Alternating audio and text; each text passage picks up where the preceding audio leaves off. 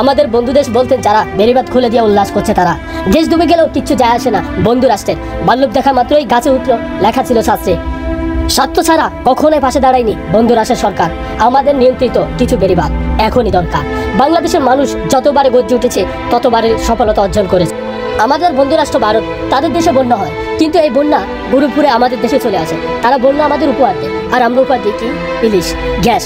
আমি যে জিনিসটা বলতে চাচ্ছি যে বেড়িবাঁধের স্থায়ী সমাধান দরকার। গত 15 বছর আমাদের সরকার আমাদেরকে উন্নয়নের গান শুনিয়ে গেছে। গত 15 বছরে আমরা এরকম অনেকবারই পানিপথের ভিতরে তলিয়ে গেছি, কিন্তু কখনো আমাদের সরকার এটা চিন্তা করেনি যে এর স্থায়ী কোনো সমাধান হয়ে যাক।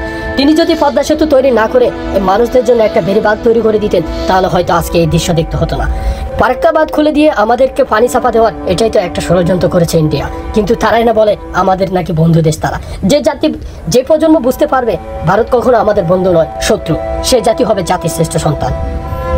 আমাদের একটাই দাবি নতুন সরকারের কাছে, যে আসুক না কেন এটার একটা স্থায়ী সমাধান আমাদের করতে হবে। যে সরকার আসুক না কেন ক্ষমতায়, আমার একটাই রিকোয়েস্ট, খুব দ্রুত, যত দ্রুত সম্ভব চায়নার সেই প্রস্তাব গ্রহণ করা আমাদের জন্য কাম্য এখন।